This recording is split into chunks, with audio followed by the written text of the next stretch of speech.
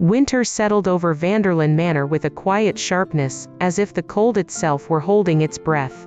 The harbor, my harbor, lay beneath a thin veil of morning mist. From my window, I could see the silhouettes of ships rocking gently, their masts like black ink strokes against the pale horizon. It should have been a peaceful sight. But peace was a luxury I no longer believed in. Ever since taking control of the estate's trade, subtle disturbances had begun to ripple beneath the calm surface, whispers, rumors, shadows moving where shadows did not belong. This morning, the first blow arrived. Lucy burst into my chamber with an expression she poorly concealed. "My lady, the newspapers have printed something about you." I set aside my gloves. "Show me." She handed me the folded paper. Ink still fresh, smelling faintly of oil and cold. Across the front page, in confident strokes, questions surround the young lady of the Vanderlyn harbor. My jaw tightened as I skimmed the article. Ambiguous allegations. Suggestions of financial irregularities. Hints that a young woman, nameless, but unmistakably me, lacked the experience required to manage the crucial northern trade route. And beneath those lines, coded phrases only aristocrats understood. "Someone wants you weakened. Someone wants the harbor back." Lucy wrung her hands. "Miss Eleanor, this is slander." "Who would? Who indeed?" I murmured, though in truth I already knew. Selena. Or Asher. Or the forces behind them, forces far more dangerous than two greedy conspirators. I folded the paper neatly. "Prepare my blue winter coat. I will be going into town." Lucy hesitated. "Alone, my lady." "Not alone," I corrected. "Merely unafraid." By noon, my carriage halted before the bustling marketplace. Snowflakes clung to my sleeves as I stepped down.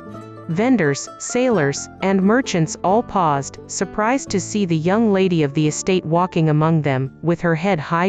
Good. Let them see me. Let them remember that I walk in daylight, not in fear. I stopped before the harbor office, where several merchants had gathered, murmuring among themselves. When I entered, silence fell. "Gentlemen," I said, offering a composed greeting, "I understand there have been concerns." A gruff trader cleared his throat. "My lady, we never questioned you. But someone's been spreading talk that the harbor's finances are in disarray." "In disarray?" I repeated softly. "Strange. I reviewed them just last night."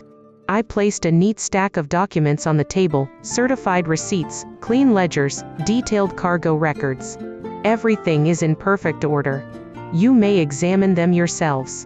As they studied the pages, I watched their expressions shift, from suspicion, to confusion, to quiet anger. "That means," one muttered, "someone lied. Someone tried to manipulate us. Someone wants control of the harbor back." "Yes," I said. "And they hope to use you to get it." The merchants exchanged looks, disapproval brewing like a gathering storm. These were seasoned men. They knew when they were being played. I leaned forward slightly. "Gentlemen, I do not ask for your loyalty, only your fairness. If you hear rumors, come to me first. Together, we can strip lies of their power." The oldest trader nodded slowly. "You have our word, Lady Eleanor."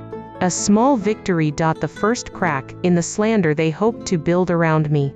As I stepped back outside, the winter wind cut through the air, sharp and metallic. I wrapped my coat tighter. That was when a familiar deep voice spoke behind me. "You handled that well." I turned to see Leon Castel, his cloak dusted with snow, his gaze steady as ever. "My lord," I greeted. "I didn't expect you in town today." "I came because I heard the rumors." His jaw tightened.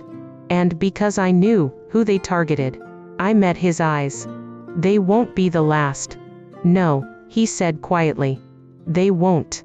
His presence beside me felt grounding, as though the chaos swirling around the city could not touch me if he stood there. "Eleanor," he continued, "this attack is calculated.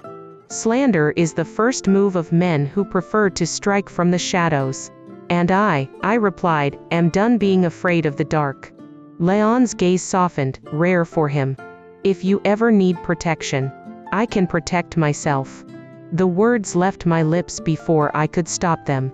But then I softened my tone. Though I do appreciate the offer. For a moment, the cold air between us warmed. Until a messenger ran toward me, breathless. Lady Eleanor. A letter from the manor. Marked urgent. I took it. The seal was unfamiliar, dark red wax, stamped with a sigil I had only seen once. The gilded circle. A chill crawled down my spine. Leon read my expression. Eleanor. What is it? I broke the seal. Inside, in elegant handwriting, stop digging into your father's past. Some truths are worth more than your life. My fingers tightened around the letter. So they knew. They were watching. And they feared that I was getting close. Good. For the first time since my rebirth, I smiled without warmth. Leon, I whispered, the enemy has finally stepped out of the shadows. And the winter wind carried my vow into the harbor. If they want a war, I will give them one. The letter from the gilded circle burned in my palm long after we returned to the manor. Its words, cold, elegant, deliberate, echoed in my mind like a whisper sliding beneath a locked door. Stop digging into your father's past. Some truths are worth more than your life. They had made one mistake. They believed fear still governed me. By evening, snow fell heavily enough to blur the lanterns lining the hallway. I walked alone toward Father's study, the place he once guarded with quiet pride. The familiar scent, ink, cedar wood, old parchment, wrapped around me like a memory. I lit only a single lamp, letting shadows keep me company. The large oak desk sat exactly as he had left it, organized, methodical, dignified. I touched its surface with reverence. 10 years of grief, confusion, and unanswered questions pressed against my chest. But tonight, I intended to breathe truth instead of sorrow. I opened the bottom drawer, the only one he had ever kept locked. Lucy had found the key earlier while airing out the attic. Inside, stacks of documents lay bundled with twine. My breath caught as I recognized Father's handwriting, bold, angled, meticulously precise. Ledger copies. Cargo manifests. Correspondence drafts. Unsent letters. As I spread them across the desk, I felt as though I were walking beside him again. One letter in particular drew my attention, its edges worn, as if he had handled it many times before.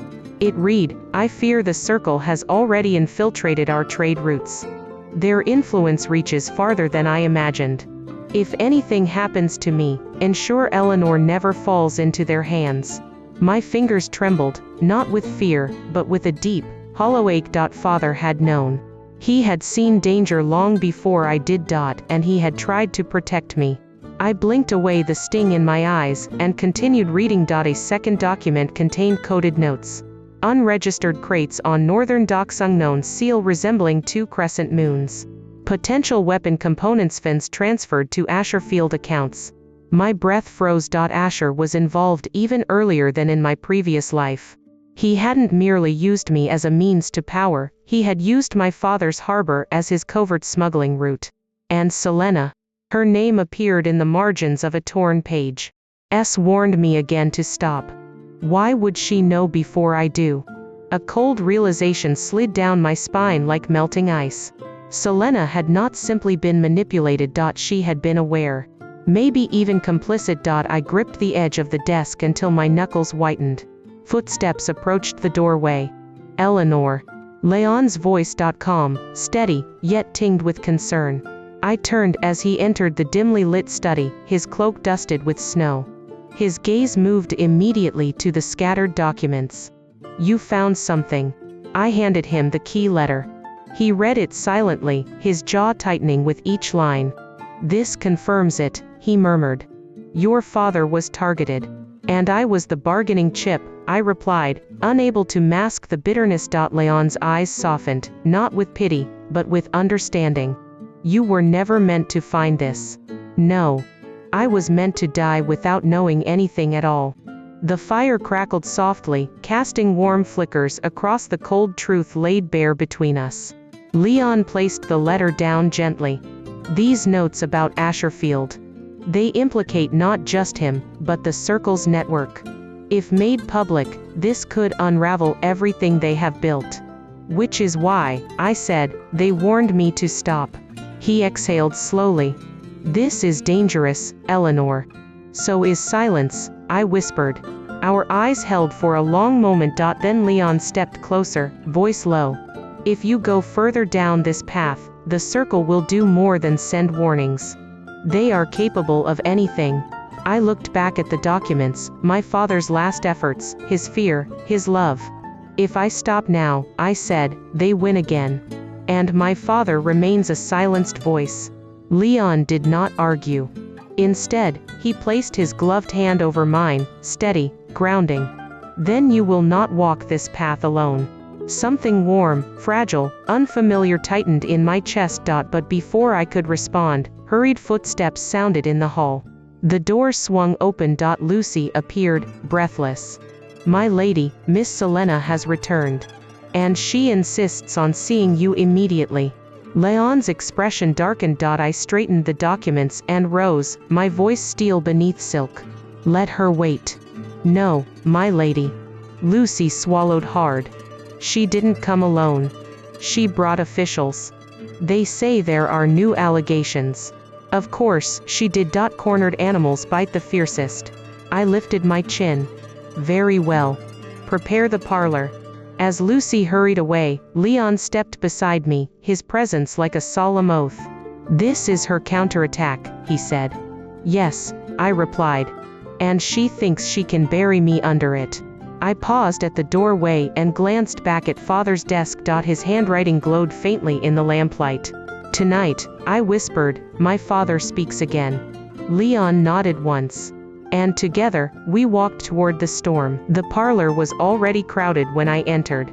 Officials in dark coats murmured among themselves, their expressions stiff with the self-importance of men, summoned for urgent inquiries. And in the center of the room, perfectly posed, perfectly trembling, stood Selena. My dear sister. Her beauty, as always, was flawless. Only tonight, perfection could not hide the strain tugging at her features. Eleanor, she breathed, as though relieved. Finally. I was beginning to fear you were avoiding me. Leon stepped into the room behind me, and her expression twitched, almost imperceptibly, but enough. The lead official cleared his throat. Lady Eleanor, we have received reports suggesting irregularities within the Vanderlyn Harbor finances. I lifted a hand, silencing him. Before we begin, may I ask, who filed these reports? A murmur swept through the officials. They had hoped I would not ask. Selena stepped forward delicately, feigning reluctance. I did. Only because I was worried about you. My smile was sharper than glass. How thoughtful. She lowered her gaze, tears shimmering in her eyes. The performance was immaculate. I only wished to protect our family's name. The rumors outside are frightening, Eleanor. People say, rumors you fed, I said softly. Her head snapped up, the mask cracking. Excuse me. I walked past her, picked up the neatly arranged stack of documents the officials had brought, and flipped through them without haste. Forgeries, I announced, letting the papers fall onto the table like so much debris. Poorly executed ones, at that. One official flushed. My lady, these allegations must be taken seriously. They were serious, I replied, until I saw the signatures. I held up a page. This claims to be from our external accountant. And yet he died 4 years ago. The room went painfully silent. Selena's composure slipped another inch. A muscle twitched in her cheek. I placed the page down. Shall I continue? Or have we exposed enough corruption for one evening? One of the younger officials, less embedded in aristocratic politics, spoke up. Lady Selena, can you explain this? For the first time that night, Selena faltered visibly. Her poise wavered, the cracks widening. I was deceived, she stammered. Someone must have planted these papers to frame me. How convenient, I murmured. Leon stepped beside me, his quiet presence amplifying my authority. The harbor's official records are intact. Lady Eleanor reviewed them this morning. Any discrepancies here are clearly manufactured. The officials exchanged uneasy glances. They hadn't expected me to come armed with truth. Selena realized she was losing ground. Her eyes glistened with desperate fury. "Eleanor, how can you do this?" she whispered loudly enough for the room to hear. "I am your sister. I only wanted to help." "No," I interrupted gently, "you wanted control." Her breath hitched, the pretense stripped from her face. I stepped closer, lowering my voice so only she could hear. "You should have chosen silence, Selena. Lying never suited you." Her nails dug into her palms. "You think you've won. This isn't a competition. It's justice." She recoiled as if struck. The officials, now thoroughly uncomfortable, began gathering their papers. "We will revisit this matter," the lead one muttered, after verifying all documents. "Forgery is a grave accusation. And so is false reporting," Leon added at my side. They departed with stiff bows. When the last coat disappeared through the door, the room fell still. Selena and I stood alone. She exhaled shockingly, dropping the fragile pretense entirely. "You want to ruin me. I want to stop you," I said. "There's a difference." Her eyes darkened, an emotion I could not name flickering within. Hatred, fear, or something far more dangerous. "Father always trusted you more," she said suddenly, voice trembling with bitterness. "Always you, Eleanor.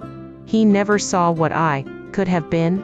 I froze. This was no longer performance. This was raw confession. "You don't know what it was like," she continued. "To be the elder daughter and still be invisible." "Selena," I began, but she cut me off with a sharp breath. "You took everything without trying," she whispered. "So yes. If I must destroy you to claim what should have been mine, I will." There it was, finally spoken aloud. Not jealousy. Not rivalry. A declaration of war. I felt something inside me settle, cold and certain. "Then be prepared to face the consequences," I replied softly. She stared at me, hatred burning through her porcelain mask. Then she turned and swept from the room like a storm in silk. Leon watched her leave, then turned to me.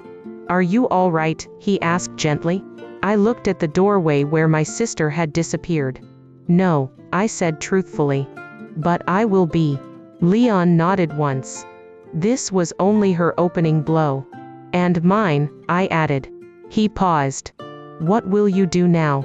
I lifted my chin. "Expose the truth she fears most." In Father's study, evidence waited, and it would be enough to set this entire world ablaze.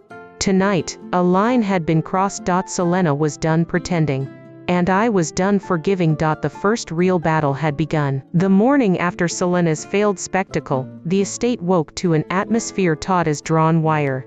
Even the servants moved more quietly, as if sensing something unseen prowling just beyond the windows. Trouble arrived before breakfast. A carriage bearing the royal crest stopped at our front steps, midnight blue lacquer, gilded wolves at the corners. Not a summons. Not a visit. A warning. Leon, already present from the early hours to help review Father's documents, straightened as the butler entered the study. "My lady," he said grimly, "His Grace, the Duke of Asherfield requests an immediate audience." Of course he did. I closed the ledger I had been reading. "Show him to the west parlor." Leon stepped closer, lowering his voice. "Are you certain? Meeting him alone, do you plan to leave me unattended?" He sighed. "Never." The west parlor was a room meant for calm conversation, sunlit, warm, decorated in soft gold. Today, it felt like a stage built for confrontation. Asher stood by the window, impeccably dressed, the very picture of aristocratic composure. But when he turned, I saw the cracks, the tightness around his jaw, the tension in his shoulders, the faint gleam of desperation masked as confidence. "Lady Eleanor," he said, bowing. "Forgive the intrusion. I doubt you're capable of intruding by accident," I replied. "Why are you here, Your Grace?" His smile didn't reach his eyes. "There are troubling rumors circulating about you. Falsified accusations, unfortunate misunderstandings. As an old friend, I wish to advise you." "Advise me?" I echoed. "Or threaten me?" Leon moved to my side, offering no greeting. Asher's gaze flicked to him with thinly veiled irritation. I see you've acquired a protector. I see you've acquired fear, I said quietly. Asher inhaled slowly, steadying himself. Eleanor, the harbor is not suited to your management. You've made dangerous enemies, men far more ruthless than you can imagine. You mean your allies in the Gilded Circle? I asked. For the first time, his mask slipped. So he had expected ignorance. He had not expected the truth. No one should be speaking that name, he said sharply. Then why are you speaking it now? He stiffened, realizing his mistake too late. I continued, the anonymous slander. The forged documents. The officials Selena brought. Those weren't her idea. They were yours. She is unstable, he snapped. A liability. I merely used her, I finished, cold as the frost lining the windows. Asher stared at me then, truly stared, as if seeing me for the first time. The fragile girl he once manipulated was not the woman standing before him now. You've changed, he murmured. No, I said. I've awakened. His eyes hardened. Then allow me to speak plainly. He stepped closer, lowering his voice. Withdraw from the harbor. Sign it to me. Publicly. And I will ensure no further accidents befall this house. Leon took a sharp step forward, but I placed a hand on his arm. A silent command. I could handle this. Asher, I said, you already killed once in your pursuit of control. His pupils contracted. You killed my father. A chill filled the space between us. Mind your accusations, he said slowly. Words carry weight. So did the crates of unregistered cargo you smuggled through our docks, I replied. The ones my father discovered. The ones that led to his accident. Asher's composure fractured entirely. You know nothing of what you risk, he hissed. The circle does not tolerate interference. They will destroy you. They will try, I corrected. Leon took a step in front of me now, unable to hold back. Your threats end here, Asher. Stay out of this, Asher snarled. This is between me and. It concerns me, Leon said, voice low as a blade drawn in winter air, because she is not alone. Asher's gaze snapped between us, realization dawning, he was outnumbered, outmaneuvered, outmatched. His breath hitched with fury. This is not over, he hissed. I will not be cast aside. No, I said gently. You will be held accountable. He stormed out, the echo of his footsteps rattling through the hall like cracks splitting ice. Leon locked the parlor door behind him. Eleanor, he is dangerous. So am I murmured. That isn't what I mean. I know. I walked back to the desk, the frost-thin light falling over father's papers. The truth sat heavily among the ink and parchment, undeniable now. Asher was unraveling. The circle was moving. Selena was desperate. And I, reborn, unbroken, was the spark that would ignite their collapse. A knock startled us. The butler appeared pale. My lady riders from the capital. The Imperial Council has sent investigators. They demand access to all harbor records immediately. Leon cursed under his breath. The Empire had entered the game. I steadied myself. Very well, I said. They'll find nothing amiss. But they might plant something, Leon warned. They will try, I agreed. Which means we must act first. I lifted father's final letter, the unfinished one, the one that had haunted me since last night. If anything happens to me, protect Eleanor. I intend to protect more than myself, I whispered. Leon met my gaze, unwavering. Whatever you decide, he said softly, I stand with you. Outside, the storm gathered, wind against windows, boots on stone, danger at the gate. Inside, determination settled in my veins like fire.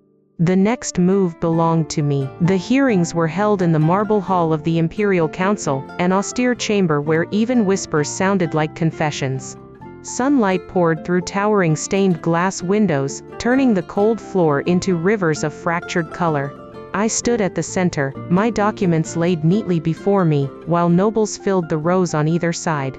Some watched with morbid curiosity, others with fear, and some with hope. Leon stood a respectful distance behind me, close enough to protect, far enough to let me stand as the woman who would finish what her father began.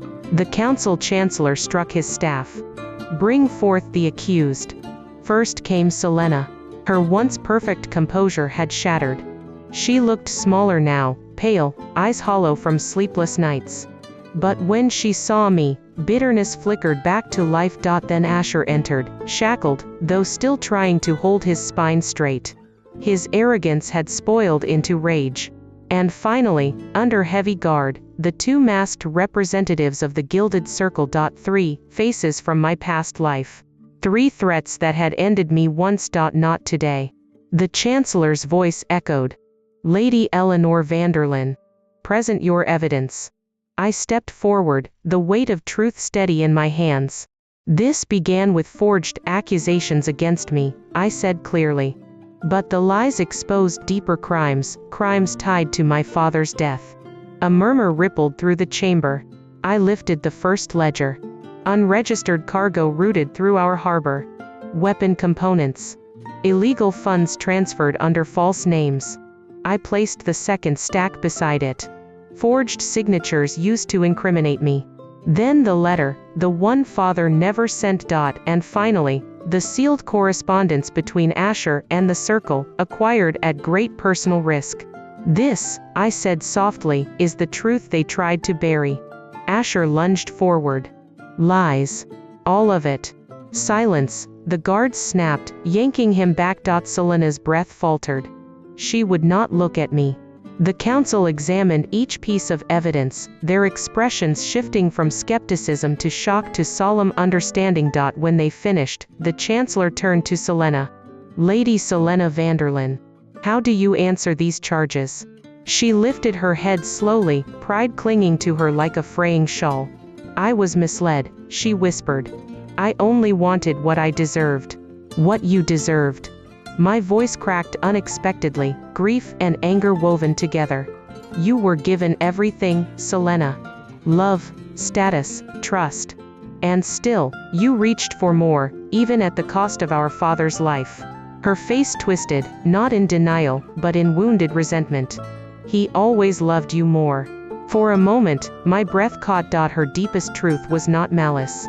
It was emptiness. A void she tried to fill by taking from me. And yet her choices were still hers. The chancellor spoke.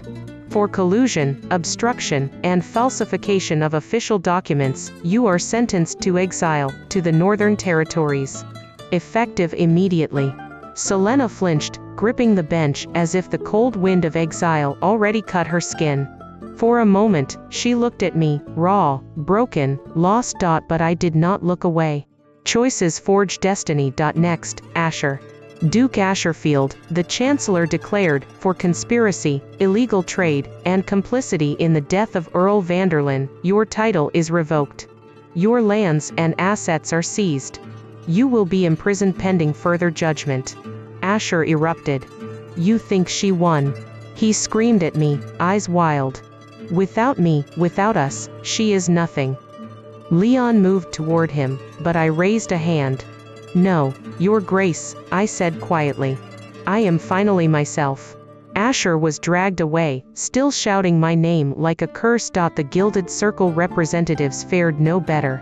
Evidence from multiple estates surfaced like rot from beneath frozen soil. Their influence crumbled under the weight of exposure. The Chancellor's final words tolled like a bell: "The Gilded Circle is hereby disbanded. All remaining members are to be detained and investigated by the Crown." The hall erupted, in outrage, in relief, in whispers of a new era. But for me, the world went strangely still. It was over. The storm that had swallowed my first life had finally broken apart. When the hall emptied, Leon approached quietly. "It is done." I exhaled, a long breath I felt I had held across 2 lifetimes. "Yes. You should feel proud," he said. "You were extraordinary." I turned toward the stained glass windows, where late winter sunlight melted the last of the shadows. I don't feel proud, I admitted. Only free. Leon studied me for a long moment. Your father would be proud. Something warm unfurled deep in my chest. We stepped outside together. Snow glittered across the courtyard like crushed stars, softening the world that had once felt so cruel. I don't know what comes next, I said. That is the gift of surviving, Leon murmured. The next chapter is yours to write. We reached the gates. A breeze swept past, carrying the faint smell of thawing earth, spring approaching beneath winter's final breath. I lifted my face to the cold wind. For the first time, the future did not frighten me. I think, I said softly, I would like to live. Leon offered me his arm.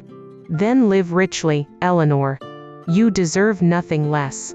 I took his arm, not out of need, but choice. Behind us, the empire shifted. Before us, the world opened. And at last, after death, betrayal, rebirth, and truth, I stepped into my own life.